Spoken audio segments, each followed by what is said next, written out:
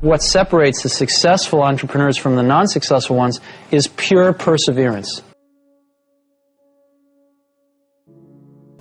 Now that's why you need to do it young. Now that's why we started Apple. We said, you know, we have absolutely nothing to lose. I was 20 years old at the time. Woz was 24 or 5. So we have nothing to lose. I mean, we have no families, no children, no houses. Woz had an old car. You know, I had a Volkswagen van. I mean, all we were going to lose is our cars and the shirts off our back. We had nothing to lose, and we had everything to gain. And we figured, even if we crash and burn and lose everything, the experience will have been worth 10 times the cost. So what did we have to lose? There was no risk. And that's, you know, I think that's a very healthy way to look at it.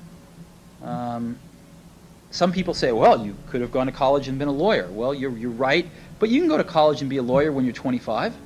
And there's nothing that stops you from doing that. The only thing you really have in your life is time. And if you invest that time in yourself to have great experiences that are going to enrich you, then you can't possibly lose. So I always advise people, don't wait. Do something when you're young, when you have nothing to lose, and keep that in mind. And I think that's the best way. Not that people can't start companies when they're 50. I've seen that. Very successful companies. But it's a lot easier when you're young and have nothing to lose and don't have the responsibilities to other people that you will acquire later on in your life. I was worth about over $1 million when I was 23, and over $10 million when I was 24, and over $100 million when I was 25. And it wasn't that important because I never did it for the money.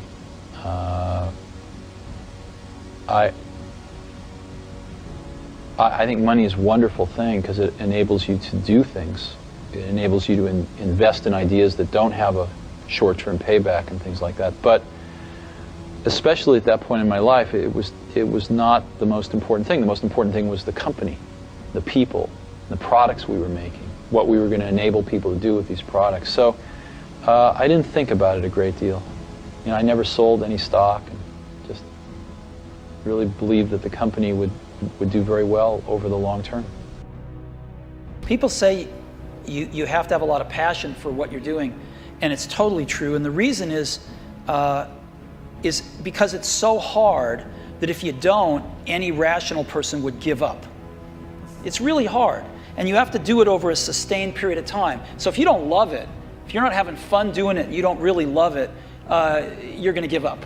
And that's what happens to most people, actually. If you really look at the ones that ended up, you know, being successful, unquote, in the eyes of society, and the ones that didn't, oftentimes it's the ones that are successful loved what they did so they could persevere when it got really tough. And the ones that didn't love it quit because they're sane, right? Who would want to put up with this stuff if you don't love it? So it's a lot of hard work, and it's a lot of worrying constantly. And if you don't love it, you're going to fail. So you got to love it, you got to have passion. We've also had a lot of requests from companies to port NextStep to other platforms, and we're talking to some of those companies right now. Now, we got a lot of requests from Sun customers to port NextStep to Sun. So a lot of them are saying, look, we may not want to buy them anymore, but we already bought 500 and we don't want to throw them in the bay. So can we put your software on them? Because Sun's falling behind in software. Now, Sun says they'd rather stick needles in their eyes than help us do this. That's a quote. And so we're evaluating right now which will be worse for Sun, if we port it or if we don't port it.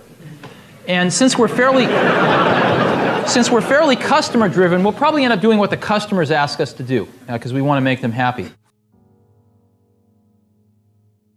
Came up with this software called NextStep, which lets you build apps 5 to 10 times faster than anything anyone's ever seen. And after you build them, they're deployable and usable by mere mortals, because it's really easy to use, this computer. And you can interoperate your custom apps seamlessly with a bunch of off-the-shelf productivity apps. So we go to these companies that use Suns and take 2 years to write their apps, or are thinking about using Suns, and they can write their apps in about 90 days on the Next. Now, if you're on Wall Street and you can create a new product in 90 days versus your competitor in 2 years, that's 8 new products you can field for their every one. And you can start to see the competitive advantage that can be created this way. Now, we had no idea that we were any good at this when we started Next. A lot of times you don't know what your competitive advantage is when you launch a new product. When we did the Macintosh, we never anticipated desktop publishing when we created the Mac. Sounds funny, because that turned out to be the Mac's compelling advantage, right? The thing that it did, not 1.5 or 2 times better than everything else, but 4 or 5 times better than anything else, where you had to have one. We never anticipated it. We anticipated bitmap displays and laser printers, but we never thought about PageMaker or that whole industry really coming down to the desktop. Maybe we weren't smart enough. But we were smart enough to see it start to happen 9 to 12 months later. And we changed our entire marketing and business strategy to focus on desktop publishing, and it became the Trojan horse that eventually got the Mac into corporate America, where it could show its owners all the other wonderful things it could do. Likewise, when we created NextStep, this revolutionary object-oriented software that we have, our target customer, coming from the PC world, where shrink-wrapped apps were king, was Lotus and Adobe and WordPerfect and all the shrink-wrapped apps developers. And the purpose was to let them create their apps 5 to 10 times faster, these shrink-wrapped apps. And it worked. We have a ton of shrink-wrapped apps now, best of breed in almost every category. But it wasn't till early in '91, early last year, a little over a year ago, that some really big companies came to us and said, "You don't understand what you've got. The same software that allows Lotus to create their apps 5 to 10 times faster is letting us build our in-house mission-critical apps 5 to 10 times faster. And this is the biggest problem we've had. This is a huge problem for every big company and almost all medium-sized companies, and you have the solution in your hands and you dummies don't even know it." And it took them about 3 months before we finally heard it. And in last summer, we changed our whole sales and marketing strategy around to focus on that, and it's taken off like a rocket. And we grew about 4x last year and probably grow about 2x this year. And our customer list is now very, very strong and growing like crazy. We just got back from spending a few days in DC and in New York, and we're talking to customers we only dreamed of talking to a year ago.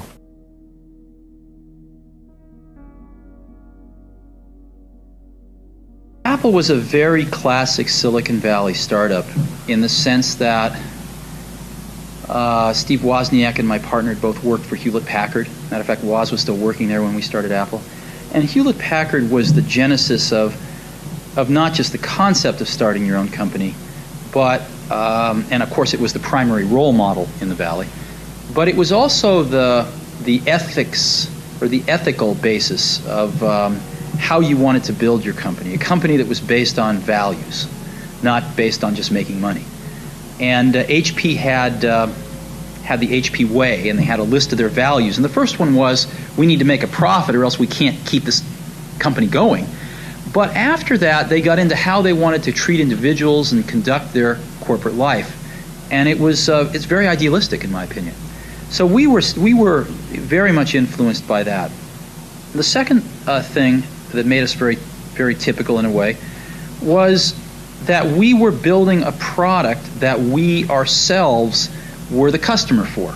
We were building something we wanted ourselves, just like Hewlett and Packard started building test equipment and equipment for engineers. Well, they were engineers, so they could, in essence, do the marketing.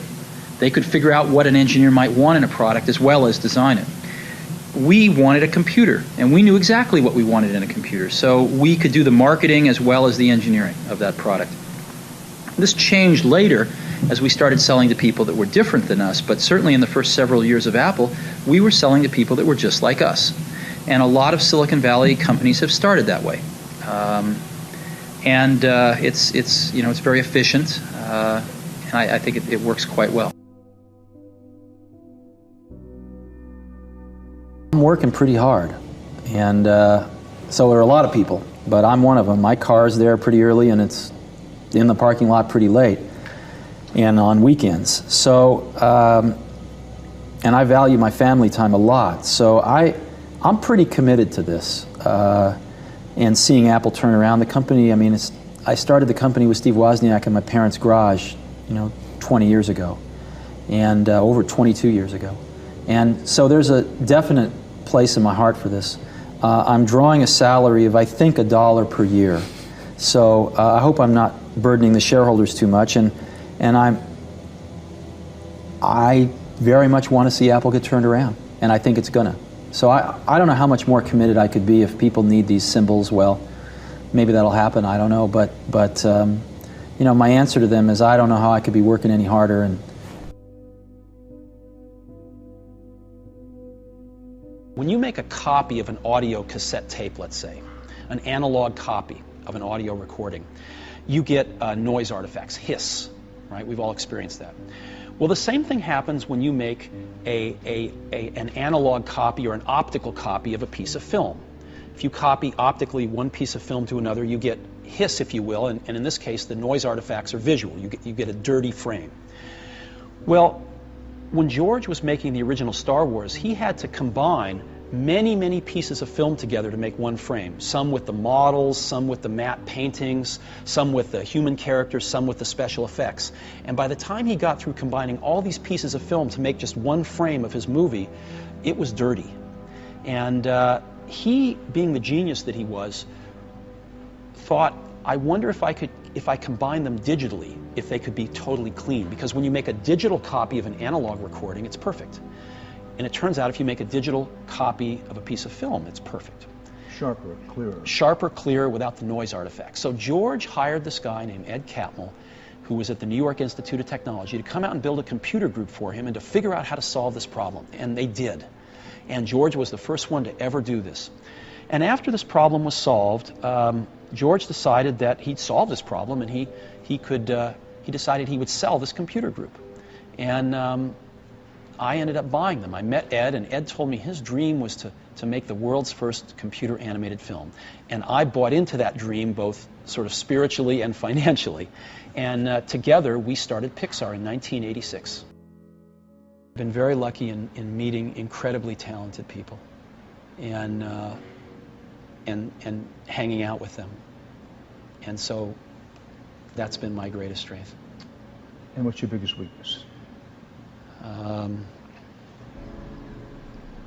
I think all of us need to be on guard against arrogance, which knocks at the door whenever you're successful. Have you lived through that? Oh, sure. Oh, sure. Now, by that, correct me if I'm wrong, you had an incredible high with the initial success of Apple, and then other competitors get in, and it's sobering. Well, as you may know, I was basically fired from Apple when I was 30, and was invited to come back 12 years later. So that was difficult when it happened, but maybe the best thing that ever happened to me. There wouldn't be a Pixar if that hadn't happened. And so you move on, life goes on, and you learn from it.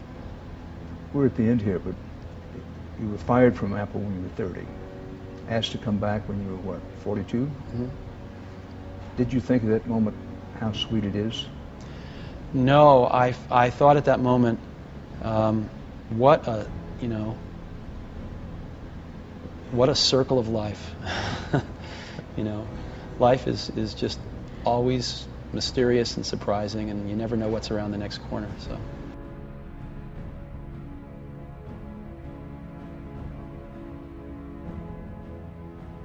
Did it hurt to have your people, the people who love you, boo you like that? I didn't know this was People magazine. No, well, and I'd like you to answer. You brought it up yourself. You said emotionally, you had a different reaction. No, I mean, I don't feel my job is to win a popularity contest right now. Mm-hmm. I feel my job is to help the team at Apple do the right things to turn this company around so that it can really prosper again. And I think that's going to happen. And if some people, I mean, the markets, we're talking markets now that are so large that there's, someone or some group of people that aren't going to like just about anything we do. But my job's not to win a popularity contest.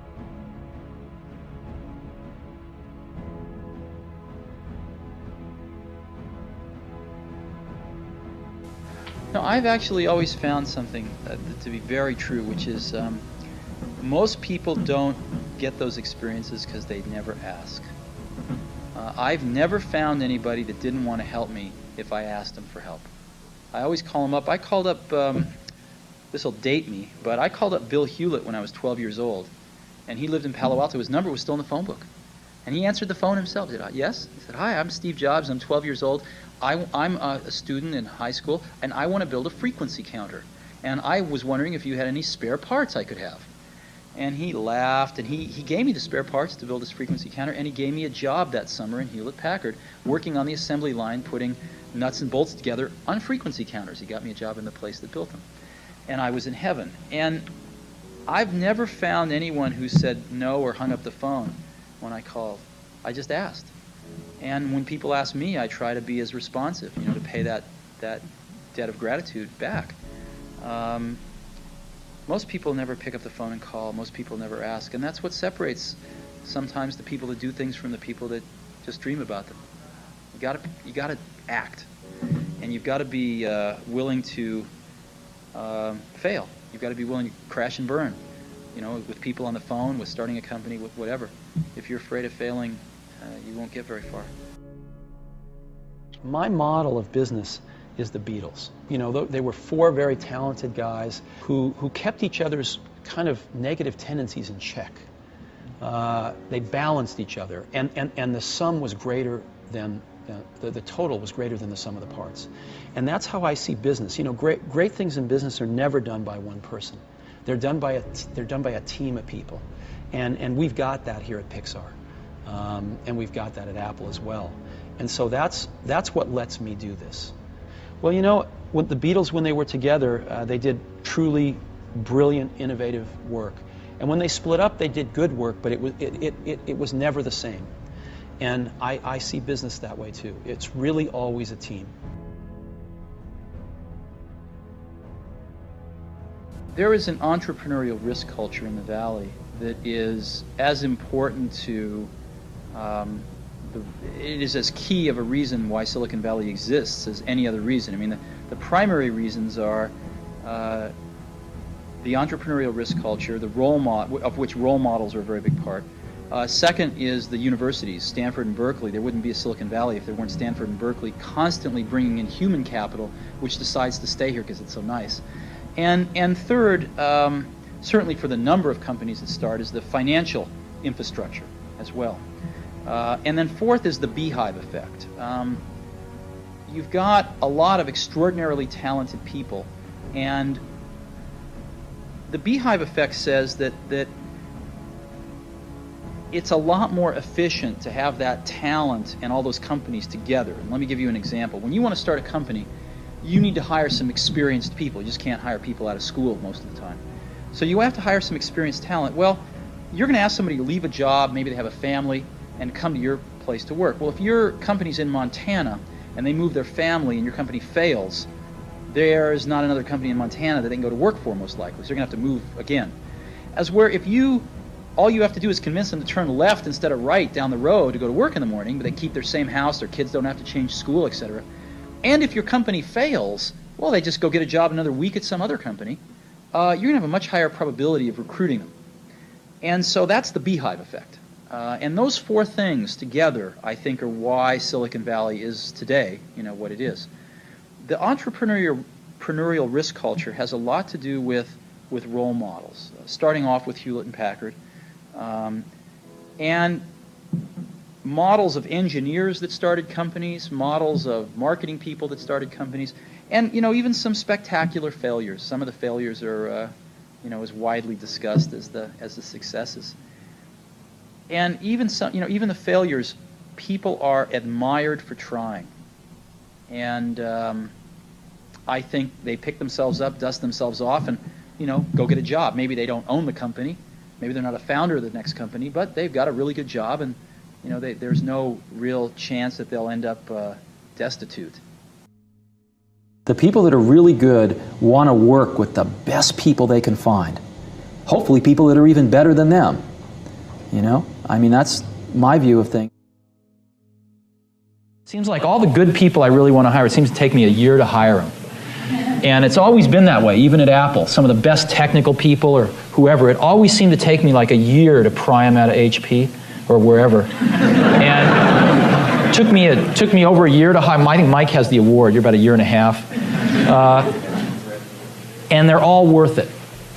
What happens is I usually meet somebody that is really good, I think is very, very good, and you can't get them, and then you go try to find other people, and nobody measures up. When you meet somebody that good, you always compare them to this one person, and you know you're going to be settling for second best if you compromise. And I've always found it best not to compromise. And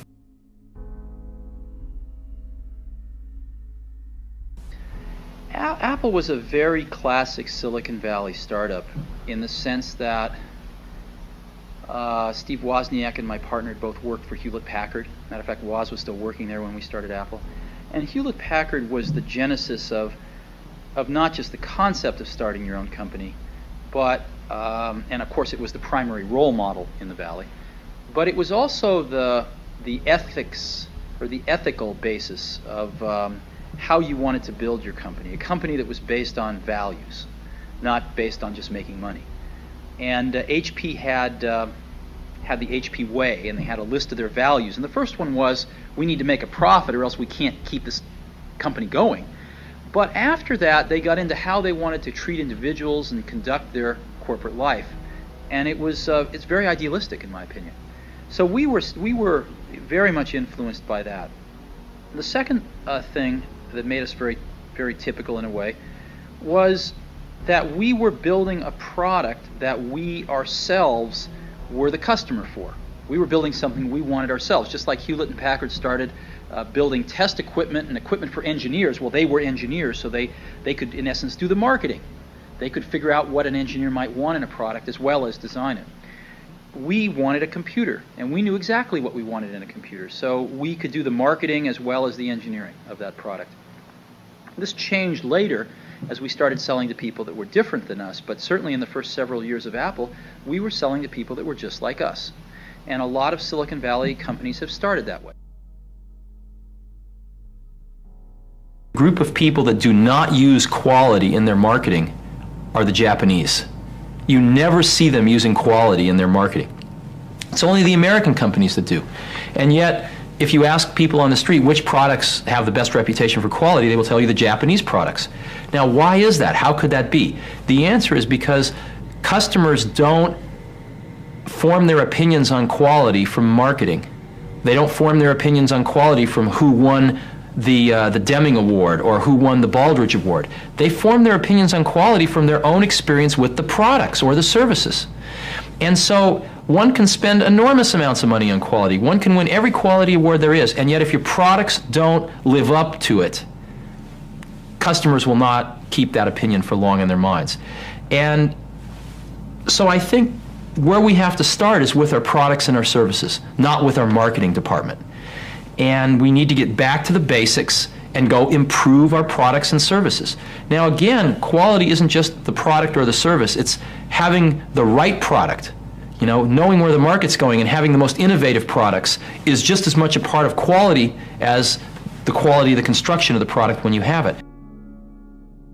I don't think it will be like that because, like, I'll take myself, all the work that I have done, it's a very strange business and a very strange endeavor of life.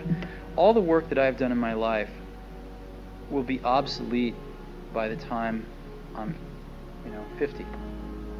Apple II's obsolete now. Apple I's were obsolete many years ago. The Macintosh is on the verge of becoming obsolete in the next few years. This is a field where one does not write a Principia which holds up for 200 years. This is not a field where one paints a painting that will be looked at for centuries, or builds a church that will be admired and looked at in astonishment for centuries. No, This is a field where one does one's work, and in 10 years it's obsolete, and really will not be usable within 10 or 20 years. I mean, you can't go back and use an Apple I because there's no software for it. In another 10 years or so, you won't be able to use an Apple II. You won't even be able to fire it up and see what it was like. So it's sort of like sediment of rocks. I mean, you're building up a mountain, and you get to contribute your little layer of sedimentary rock to make the mountain that much higher. But no one on the surface will, unless they have X-ray vision, will see your sediment. They'll stand on it. It'll be appreciated by that rare geologist, but no, it's not like the Renaissance at all. Somebody taught me a long time ago a very valuable lesson, which is if you do the right things on the top line, the bottom line will follow. And what they meant by that was if you get the right strategy, if you have the right people, and if you have the right culture at your company, you'll do the right products, you'll do the right marketing, you'll do the right things logistically and in manufacturing and in distribution. And if you do all those things right, the bottom line will follow. I like working with people that make products that will get used or experienced by a lot of people, where you have a chance to in a very small way, influence how things go, influence the way people look at a product or maybe even the world in a small way. And I'm very lucky I get to do that at Apple. That's what it looks like. Very thin. You know, I still believe that the computer business is in its infancy, that there's a tremendous amount of innovation that's going to be coming out. I'm optimistic as to the future of the computer business.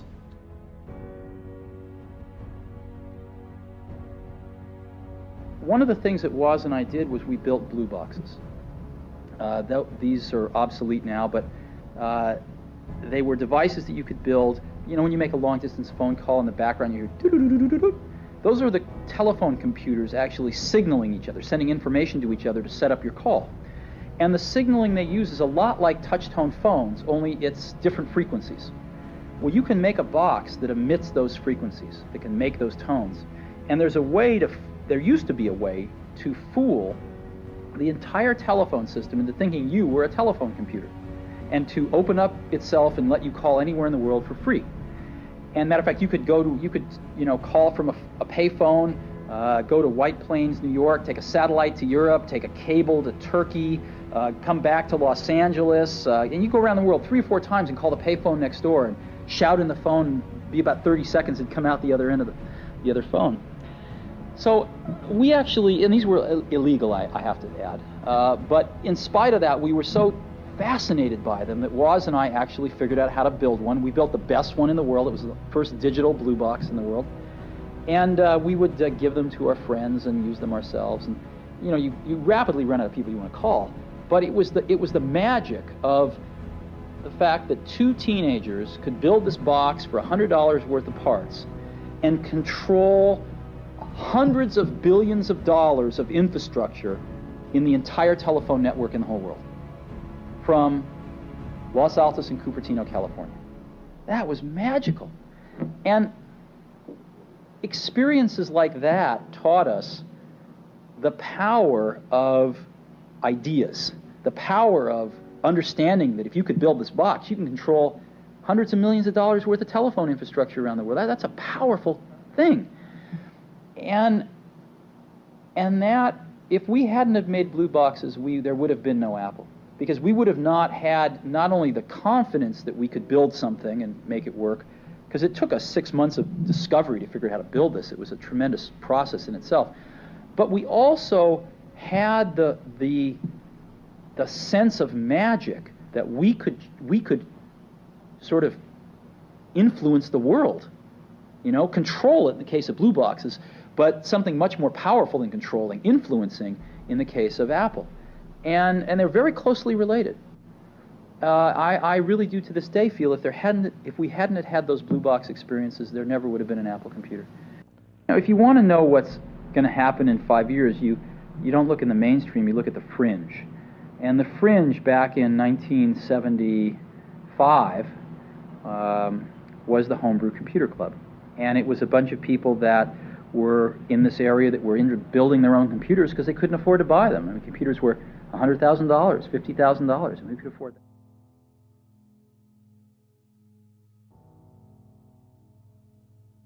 The greatest people are self-managing. They don't need to be managed.